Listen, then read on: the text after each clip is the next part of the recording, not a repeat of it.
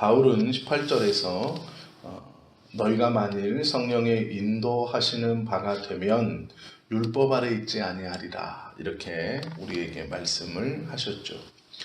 율법의 종의 자리에서 자유함을 얻은 증거가 여기에 있는 것이죠. 율법 아래 있지 아니하는 것. 진리를 알지니 진리가 너희를 자유케 하리라. 여기서의 진리는 우리가 다 아시는 것처럼 하나님의 말씀을 의미합니다. 그러면 하나님의 말씀으로 우리 안에 들려지고 붙들게 하시는 것은 성령의 은혜이죠. 성령이 내주하시는 사람은 진리를 붙들 수 있고, 그 사람은 율법에서 자유한, 진정한 자유로운 사람이 되었다, 이렇게 말할 수 있습니다. 성령이 내주하시는 사람은 율법의 무게, 율법의 죄, 율법의 올무에서 자유롭게 되었다, 이렇게 말하는 것이죠. 우리가 율법에서 자유를 얻었다고 하는 확실한 증거는 성령의 인도하심을 받으며 살아가는 삶, 그것을 통해서 우리는 율법의 멍에를 벗었고 하나님의 진정한 자녀가 되었다라는 증거를 성경은 말씀하고 있다라는 것이죠. 그러므로 그리스도인들은 성령의 인도하심을 따르는 삶, 그 삶을 살아가는 것, 그것이 율법에서 자유로워진 진정한 자유를 누리는 하나님의 백성이 되었다라고 말할 수 있습니다. 바울은 19절에서요, 육체의 일이 무엇인가 설명하고 있습니다. 제일 먼저는 세 가지를 말하고 있죠. 결과적으로 이 바울이 말하는 육체의 소욕, 19절, 20절, 21절에서 드러나는 이 육신이 원하는 죄악은 하나님의 나라를 유업으로 받지 못하는 것이라고 선언하고 있습니다. 그럼 그것이 무엇이냐? 19절은 이렇게 말합니다. 육체의 일은 분명하다. 곧 음행과 더러운 것과 호색이다 라고 먼저는 이야기하고 있죠. 21절 맨 마지막에 보면 이런 일을 행하는 자는, 즉 육체의 소욕만을 따라가는 자는 하나님의 나라를 유업으로 받지 못한다, 이렇게 말하고 있습니다. 육체의 소욕은 인간의 욕심입니다. 욕망이죠. 인간이 범죄함으로 하나님의 형상이 어그러진 후에 드러나는 삶의 모습들입니다. 하나님을 알지 못하는 사람도 마음의 율법이라고 부르는 양심이 다 있습니다. 그래서 나쁜 일을 할 때는 왜 양심에 꺼린다 라고 말을 하죠. 그런데 문제는요, 이 양심은 아무런 능력과 힘이 없다라는 거예요. 이게 무슨 얘기냐면, 죄로 인한 타락 앞에 양심은 그 죄를 이길 수 있는 힘을 부여하거나 발휘하지 못합니다. 단순히 죄책감과 마음의 껄끄러움을 일어나게 할 뿐이에요. 양심으로 죄를 이길 수는 없습니다. 양심으로 죄를 극복할 수는 없어요. 우리 인간은 하나님이 주신 하나님의 말씀과 성령의 조명으로 말미암아 주님의 말씀을 온전히 깨닫고 성령의 가르침을 따르는 삶을 살지 않는 이상 죄에 대해서 싸우거나 승리할 수 없는 나약한 사람들입니다. 양심으로는 마음의 꺼림, 옳지 못함, 이렇게 하면 안 되는데 라고까지입니다. 그 양심으로 죄의 행동을 이기고 죄의 권세에서 자유로워질 수 없다라는 것이죠. 양심은 심리적 고통만 가중시킬 뿐 그것을 막아낼 수 있는 힘이 없다라는 것이 성경의 가르침입니다. 죄악과 피 흘려 싸울 수 있는 유일한 방법은 성령 충만입니다. 즉 하나님의 말씀에 따라 살아가는 삶만이 그 죄를 이길 수 있고 그 죄악의 권위에서 자유롭게 벗어날 수 있게 하는 것이죠. 육체의 욕심은 곧 음행과 더러운 것과 호색이라고 했습니다. 이것은 음란이죠. 이렇게 중요하게 된 이유가 있습니다. 고대 이집트 또 로마 시대 초기에는 이집트의 황제들 같은 경우는 1년에 한 번씩 나일강에 가서 자위를 해서 자기의 정액을 나일강에 뿌렸습니다. 그것이 그냥 음란한 문화다가 아니었고 이집트의 민족의 생성 자체에 믿고 있는 설화가 신들 중 가장 뛰어난 신이 어떤 여성신과 관계를 합니다. 그러다가 여성신의 뱃속에 들어가지 못하고 대지에 떨어져서 흘려나온 정액으로 생긴 민족이 이집트인이라고 생각했습니다. 특별히 황제들. 그래서 이 황제들은 자신의 원료인 신들과 똑같이 1년에 한 번 이집트의 풍요를 위해서 나일강으로 배를 타고 저 많이 나아가 자신의 정액을 그 나일 강물에 뿌렸습니다. 그것이 신들의 전통이었어요. 황제들의 전통이었습니다. 이집트에서는 그래서 자위라는 것을 노예들이 하다가 걸리면 죽을 때까지 매를 맞았습니다. 그만큼 통제를 했어요. 그리고 우리도 마찬가지이지만 그 이집트에서는 귀족들만이 성적인 자유로움을 누릴 수 있었고 하층민으로 내려올수록 성적인 이런 해방구들이 없었습니다. 전혀. 그래서 막아놨기 때문에 안 좋은 쪽으로 발전이 된 거예요. 그래서 동물들과 하는 것, 동성 간의 관계들, 여러 가지 것들이 보이지 않는 곳에서 많은 사람들이 행하게 됩니다. 이집트뿐만 아니라 로마도 마찬가지였고 이 당시에 세계라고 불렸던 지중해의 여러 고대 국가들은 다 마찬가지였습니다. 그렇기 때문에 바울이 죄를 언급하면서 이 세 가지를 언급한 것은 암암리의 모든 사람에게 어둡게 퍼져 있는 육신의 소욕을 풀어주는 이런 행위들을 하지 마라 이렇게 말하는 거예요. 단순히 그냥 하지 말라는 게 아니라 그 당시에는 가장 문제시 되었던 생활의 풍속입니다. 그래서 이것을 먼저 기록하고 있어요. 단순히 우리가 생각하듯이 음란한 거지 이런 게 아니에요. 그 당시 문화였습니다. 이것이. 그리고 가장 크게 벌을 받았던 죄악 중 하나였어요. 오로지 이것은 신분이 높은 사람들의 전유물이었습니다. 낮은 계층으로 갈수록 이것은 어두움 가운데 행하던 거였어요. 그들이 신분이 높은 사람들처럼 행하면 죽임을 당하던 것이었습니다. 그런데 바울은요, 그래서 하지 말아라고 권하는 것이 아니라 그것을 육체의 소욕이라고 본 겁니다. 그것은 너로 죄를 짓게 하는 것이다 라고 본 거예요.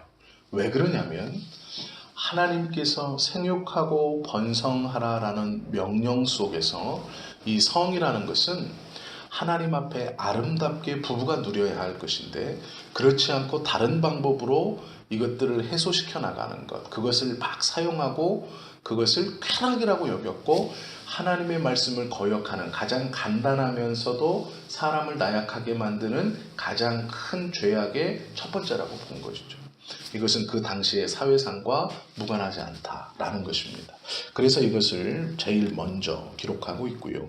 두 번째는 성경에 보시면 우상 숭배보다 이것이 앞에 있습니다. 이게 얼마만큼 이것이 사회적으로 문제가 되었는가, 많은 그리스도인들뿐만 아니라 모든 사람들이 빠져 있었는가를 알만하죠. 우상 숭배가 이것보다 뒤에 나옵니다. 하나님이 금하신 우상 숭배가 이 바울이 말한 것보다 뒤에 나온다는 것을 우리가 좀 눈여겨봐야 됩니다. 다음에 이것에 대해서 조금 더 자세히 설명할 수 있을 것이라 생각하고요. 우상 숭배와 주술과 원수 맺는 것과 분쟁과 시기와 분냄과 당 짓는 것과 분열함과 이단과 라고 말하고 있어요. 그리고 조금 더 실제적으로 그 뒤에 가면 더 이제 생활에서 붙는 것이 들어옵니다. 투기와 술 취함과 방탕함과 또 그와 같은 것들이라 라고 말하고 있습니다. 육체의 소욕이 무엇인가? 오늘 바울이 하나하나 그것의 대표적인 것들을 기록하고 있습니다. 그런데 이것들을 하나하나 보시면 공통점이 뭐냐면 내가 좋은 거예요. 내가 좋은 것. 즉 개인적으로 내가 좋아하는 어떤 것. 나에게 만족과 안심을 주는 어떤 것, 즉 하나님 외에 너의 기분을 좋게 하고 너를 안심시키고 너를 만족해 하는 것들을 금하라. 그것은 육체의 소욕이며 그 육체의 소욕을 쫓아 살아가는 삶은 하나님의 나라를 유업으로 받지 못한다. 이제 처음 18절, 19절, 20절, 21절 말씀을 함께 보면 이런 뜻이죠. 육체의 소욕은 내 만족과 하나님 외에 너를 안심시키고 기쁘게 여기고 네가 하나님 외에 다른 것으로 너의 생활과 너의 기분을 채워가는 모든 것인데, 그것들을 이길 수 있는 것은 오직 성령의 인도함대로 살아가는 삶이다. 그리고 육체의 소욕만을 쫓아서 살아가는 사람은 하나님의 나라를 유업으로 받지 못한다. 즉 선택받은 백성이 아니다 라고 말씀하는 겁니다. 그럼 왜 이 말을 할까요? 지금 갈라디아 교인들이 육체의 소욕을 쫓아 뭘 따라가고 있습니까? 율법을 쫓아가고 있기 때문이에요. 그것이 갈라디아 교인들이 생각하는 구원의 믿음의 더 확실한 기준이었기 때문이에요.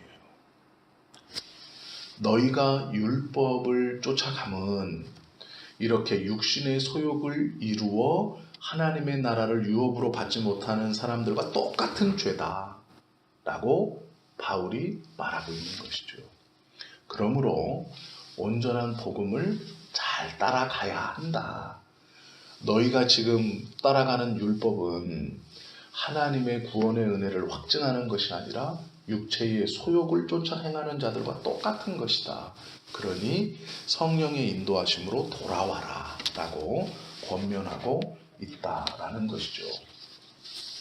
우리도 세상을 살아가면서요, 우리만의 기준을 가지고 신앙생활 하는 때가 많이 있습니다. 내 기준, 내 판단에 이것 행하면 이렇게 해주실 거야. 이렇게 행하면 잘 되게 해주실 거야. 형통하게 해주실 거야. 하나님이 이렇게 행하면 나에게 복을 주실 거야 라고 생각하는 것들이 우리의 삶에서도 참 많이 드러나는 모습입니다. 근데 우리가 로마서 8장 6절의 말씀을 좀 제가 읽어드릴게요. 들어보세요. 육신의 생각은 사망이요 영의 생각은 생명과 평안이니라. 육신대로 살지 마라 라는 권면이죠.